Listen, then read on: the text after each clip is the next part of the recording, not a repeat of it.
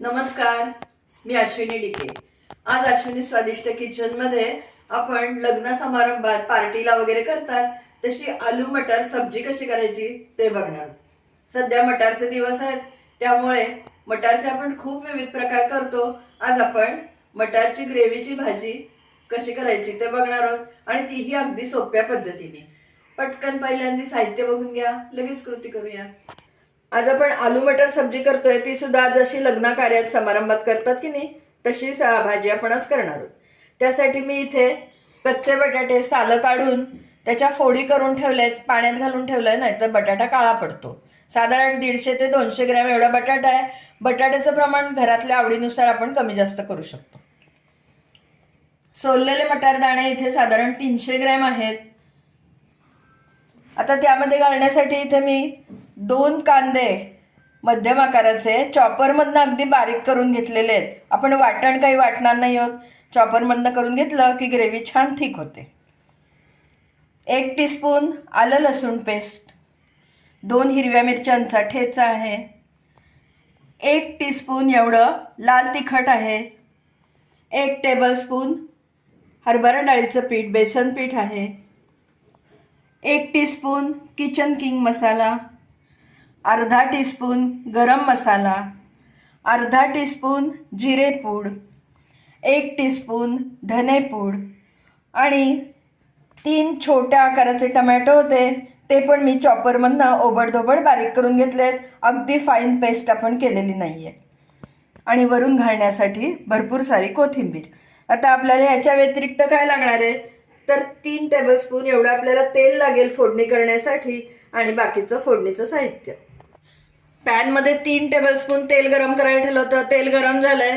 त्यामध्ये आता पहिल्यांदा आपण हे बटाटे थोडेसे अर्धवट वाफवून घेणार आहोत।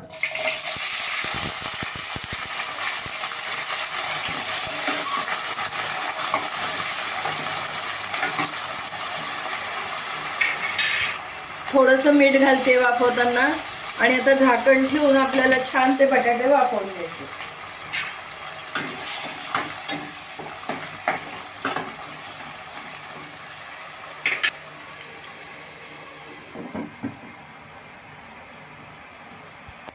बटाटा शिजतो तोपर्यंत आपण इकडे पाण्यामध्ये मटार उकडायला घालूया।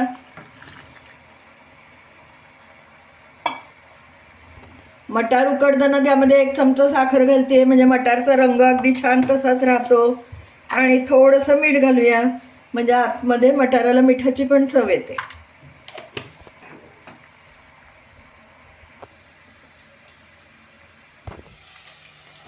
वा, झाकण काढून बघायचं। मध्ये मी 2दा झाकण काढून थोडेसे बटाट्याच्या फोडी हलवून घेतल्या। अंदाजे आपल्याला 7 ते 8 मिनिटं अर्धवट असे बटाटे छान फ्राय व्हायला एवढा वेळ लागलेला आहे। आता मी या बटाट्याच्या फोडी बाजूला काढून घेणार आहे।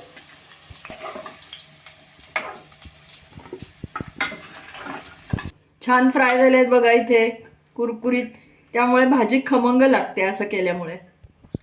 तेल तापलेलं आहे, आपण अजून काही त्यामध्ये तेल जास्त वाढवलेलं नाहीये। जिरं घालतीये, या भाजीत मी मोहरी घालणार नाहीये।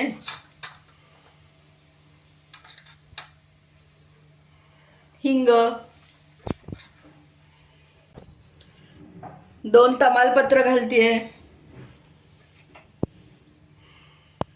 आलं लसूण पेस्ट 1 टीस्पून,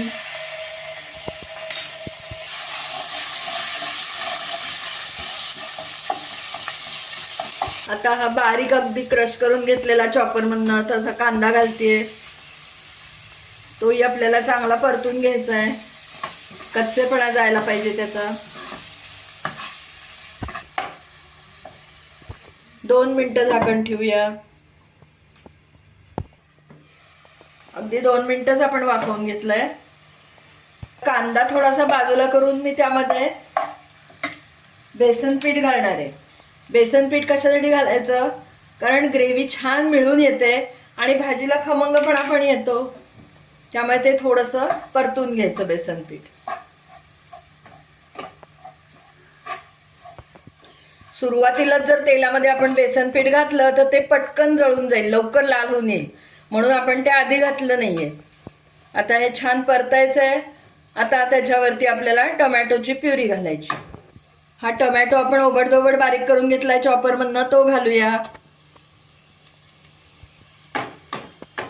त्याचाही कच्चेपणा जायला पाहिजे. 1-2 मिनिटं तो झाकून ठेवणार आहे मी हे सुद्धा. मीठ घालूया म्हणजे पटकन टोमॅटो आणि कांदा सॉफ्ट होतो चांगला. भाजीला घालण्याचं मीठ मी यामध्ये घालून टाकलंय. 2च मिनिटं झाकून ठेवूया. झाकण काढते. आपण 2च मिनिटं त्याचा कच्चेपणा जाण्यासाठी झाकून ठेवलं होतं. आता बाकीचे सगळे मसाले यामध्ये आपण घालून घेऊया. हिरवी मिरची वाटलेली, लाल तिखट प्रमाण आपल्या आवडीनुसार कमी जास्त करायचं. धनेपूड, जिरेपूड,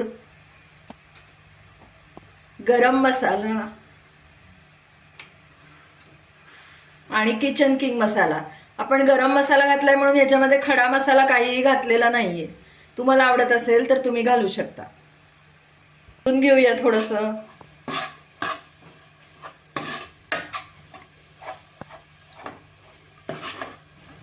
आपण पाण्यात उकळून घेतलेले मटार मी उपसून ठेवले ते चाळणीवर, ते घालते आता याच्यामध्ये. मसाल्यामध्ये परतून घेऊया. थोडी कोथिंबीर घालते आतमध्ये शिजताना, थोडी आपण नंतर वरती गार्निशिंग करूया. आता आपल्याला ग्रेव्ही करायची आहे, रस्सा करायचा आहे थोडासा. त्यामुळे इथे मी गरम पाणी घालते. केव्हाही रस भाजीला गरम पाणीच घालायचं, म्हणजे रस त्याचा रंग छान वरती उठून येतो आणि सगळे मसाले पण चांगले मिळून येतात. 2-3 मिनिटं झाकून ठेवूया. आपण 3 मिनिटं ते उकळू दिलंय. काय सुंदर रंग आलाय की नाही. आता त्यामध्ये आपण हे शिजवलेले बटाटे घालूया आणि मग 1च मिनिट आपल्याला ते एकत्र वाफवून घ्यायचंय.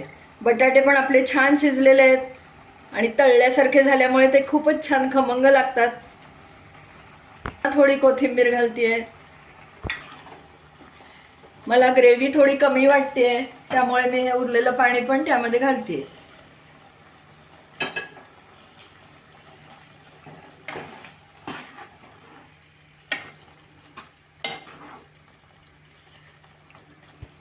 आपली लग्न समारंभात असते तशी आलू मटारची भाजी करून तयार झाली आहे.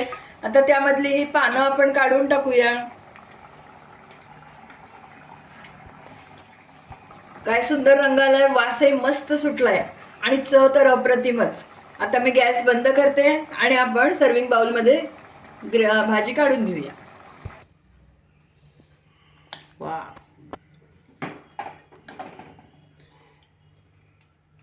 आलू मटार भाजी तुम्हाला कितपत पातळ पाहिजे, भाताबरोबर खायची असेल तर थोडासा रस आपल्याला जास्त लागतो, मग त्यावेळेस थोडंसं पाण्याचं प्रमाण वाढवायचं. पोळी बरोबर खायची असेल तर पाण्याचं प्रमाण थोडं कमी ठेवायचं. थोडीशी कोथिंबीर गार्निशिंग करूया. आपली लग्न कार्यात समारंभात पार्टीमध्ये करतात तशी आलू मटर सब्जी करून तयार झाली आहे. काय सुंदर दिसते बघा. पटकन खावंसं वाटतंय नाही का.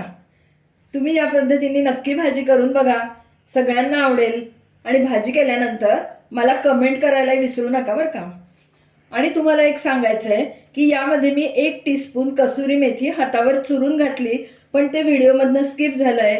ते तुम्ही लक्षात ठेवा आणि नक्की कसुरी मेथी वापरा. कसुरी मेथीचा वास भाजीला खूप छान वाटतो. तुम्हाला जर माझा आजचा हा आलू मटारच्या सब्जीचा व्हिडिओ आवडला असला, ही रेसिपी आवडली असली तर पटकन पहिल्यांदा व्हिडिओला लाईक करा आणि लिंक जास्तीत जास्त लोकांमध्ये शेअर करा. तुम्ही जर अजून माझ्या चॅनलला नवीन असलात, सबस्क्राईब केलं नसेल तर सबस्क्राईब पण करा आणि तेव्हाच शेजारचं बेल आयकॉनही दाबायला विसरू नका, म्हणजे मी वेळोवेळी पाठवलेली नोटिफिकेशन्स तुमच्यापर्यंत अगदी लगेच पोहोचतील. पुन्हा आपण नवीन अशा छानशा टेस्टी स्वादिष्ट रेसिपीसह लवकरच भेटूया. तोपर्यंत धन्यवाद.